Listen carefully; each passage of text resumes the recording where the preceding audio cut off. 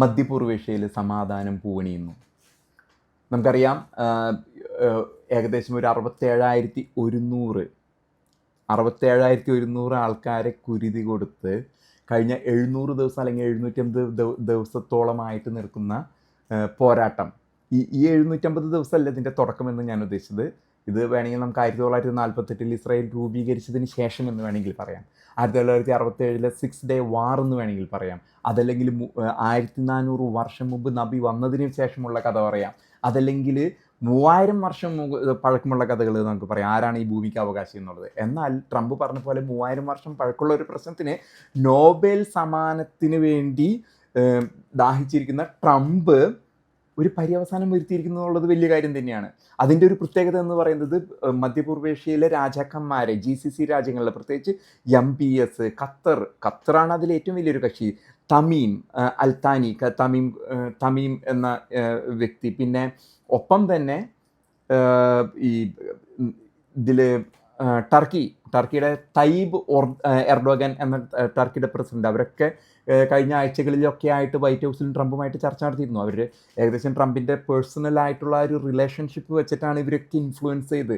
ഒപ്പം മുഹമ്മദ് സിർസി ഈജിപ്തിൽ, ജോർദാൻ രാജാവ് അബ്ദുള്ള രാജാവ്, ഇവരൊക്കെ പാടികൂടി ഒരുമിച്ച് വന്നിട്ട് ഹമാസിൻ്റെ മേലെ പ്രഷർ ഇട്ടിട്ട് ബന്ദികളെ വിട്ടുകൊടുക്കാൻ തീരുമാനമായിരിക്കുന്നു. ഇതിലൊരു ഏറ്റവും വലിയ പ്രത്യേകത എന്ന് പറയുന്നത് ജെറഡ് കുഷ്ണർ ട്രംപിനോട് നിന്ന് നിങ്ങളൊരു സുപ്രഭാതത്തിൽ ഉറങ്ങുന്ന സമയത്തും ചോദിക്കണം, നിങ്ങളുടെ മക്കളിലെ ഏറ്റവും പ്രിയപ്പെട്ടത്, ആൾക്ക് പല വിവാഹങ്ങളിലായിട്ട് ബന്ധങ്ങളിലായിട്ട് ഒരു 5-6 മക്കളുണ്ട്, അല്ലെങ്കിൽ 4-5 മക്കളുണ്ട്.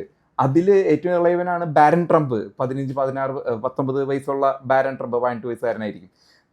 പിന്നെ ഏറ്റവും പ്രിയങ്കരി അല്ലെങ്കിൽ പ്രിയങ്കരൻ ആരാന്ന് വെച്ചാൽ ഇവാങ്ക ട്രംപ് എന്ന് പറയും. ഈ ഇവാങ്ക ട്രംപിൻ്റെ ഭർത്താവ് ജെറഡ് കുഷ്ണർ, ജൂതൻ, അദ്ദേഹം കഴിഞ്ഞ ഭരണകൂട കാലത്ത് 2016 മുതൽ 2020 വരെ ഒട്ടുമിക്ക കേസുകളിലും ഇടപെടുകയും ട്രംപിൻ്റെ ഭരണത്തിൽ തന്നെ സ്വാധീനം ഉറപ്പിക്കുകയും ചെയ്ത വ്യക്തിത്വമാണ്. അതിൻ്റെ ഏറ്റവും വലിയ പ്രത്യേകത എന്ന് പറഞ്ഞാൽ അദ്ദേഹത്തിൻ്റെ MBS, മുഹമ്മദ് ബിൻ സൽമാൻ എന്ന സൗദി ഭരണാധികാരിയുടെ ആയിട്ടുള്ള വ്യക്തിപരമായിട്ടുള്ള കൂട്ടുകെട്ട് അല്ലെങ്കിൽ ബിസിനസ് സാമ്രാജ്യം. ഈ കഴിഞ്ഞ ആഴ്ച വരെ അവരൊരു ബിസിനസ്സിൽ ഒരു പാർട്ട്ണർഷിപ്പ് വന്നിരിക്കുകയാണ്. ഇലക്ട്രോണിക് ആർട്സ് EA എന്ന ഒരു ഗെയിമിംഗ് കമ്പനി, ലോകത്തിലെ ഏറ്റവും വലിയ ഗെയിമിംഗ് കമ്പനി, $55 ബില്യൺ ഇൻവെസ്റ്റ്മെൻ്റ് ആയിട്ട് അവർ തുടങ്ങാൻ പോവുകയാണ് ഇവർ രണ്ടാളുടെ പാർട്ട്ണർഷിപ്പിൽ.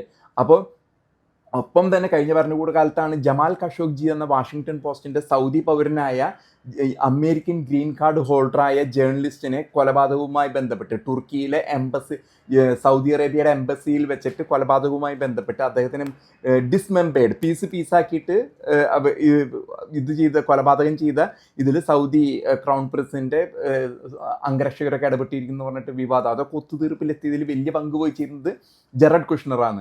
എന്നാൽ 2024 ട്രംപ് ഈ ജയിച്ചതിന് ശേഷം ജനുവരി 20 അധികാരത്തിൽ വന്നതിന് ശേഷം ജെറഡ് കുഷ്ണർ പിന്നാമ്പുറം കളികൾ മാത്രം കളിച്ചിരുന്നുള്ളൂ, ഒരിക്കലും മുന്നോട്ട് വന്നുള്ള ഒരു കളികൾക്കും ഉണ്ടായിരുന്നില്ല.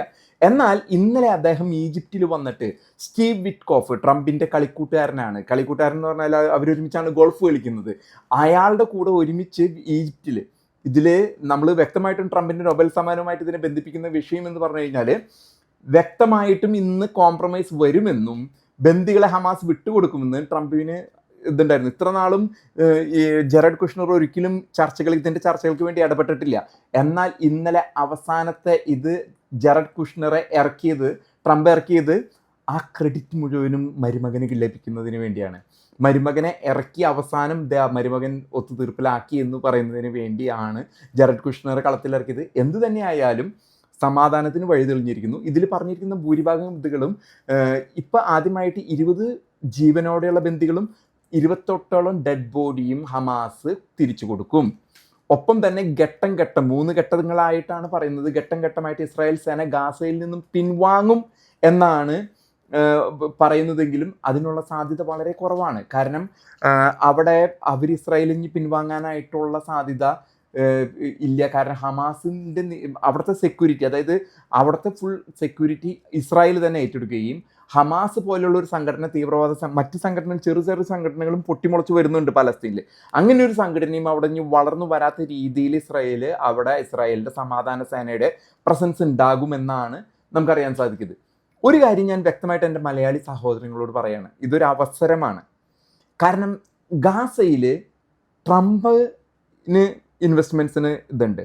ഡമാക് ദുബായിലെ സജൻവാല, പിന്നെ ഖത്തറിലെ കുറേ ഇൻവെസ്റ്റ്മെൻറ്റ്സ് അവിടെ വരുന്നുണ്ട്.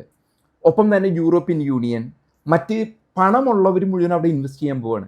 അപ്പോൾ തൊഴിലവസരങ്ങൾ ഗാസയിലും ഇസ്രയേലിലുമായിട്ട് ഒട്ടനവധി വരുന്നുണ്ട്. അത് മലയാളികൾക്ക് ഏറ്റവും വലിയൊരു അവസരമായിരിക്കും.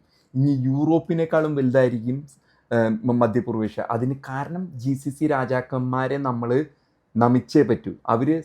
അവരിനി ഒരു മതത്തിൻ്റെ തീവ്രവാദത്തിനും അവരുടെ അതിൻ്റെ ഫണ്ടിങ്ങോ അതിൻ്റെ പിന്നാമ്പുറത്തിനോ വേണ്ടി ഒന്നും തന്നെ നിലകൊള്ളുകയില്ല. ഒപ്പം എർഡോഗൻ, തുർക്കി, ഈജിപ്റ്റ്, ജോർദാൻ, അതിലൊക്കെ ട്രംപിനെ സമ്മതിച്ചേ പറ്റൂ കേട്ടോ. നൊബേൽ സമ്മാനം ലഭിക്കുമോ എന്നുള്ളത് അറിയില്ലെങ്കിലും ഇതിൽ ട്രംപിന് വ്യക്തമായ ഒരു സ്വാധീന വലയം അദ്ദേഹം ഒരു ബാലൻസിങ് കളിയാണ് കളിച്ചത്.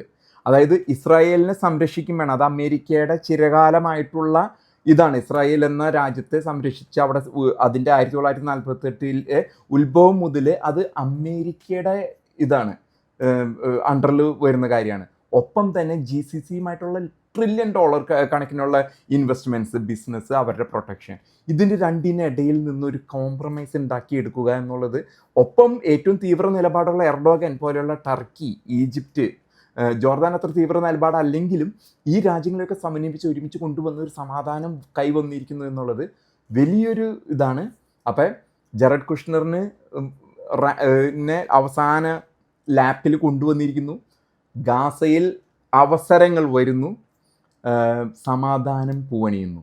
ഇത്രയാണ് ഇന്നത്തെ ന്യൂസ്.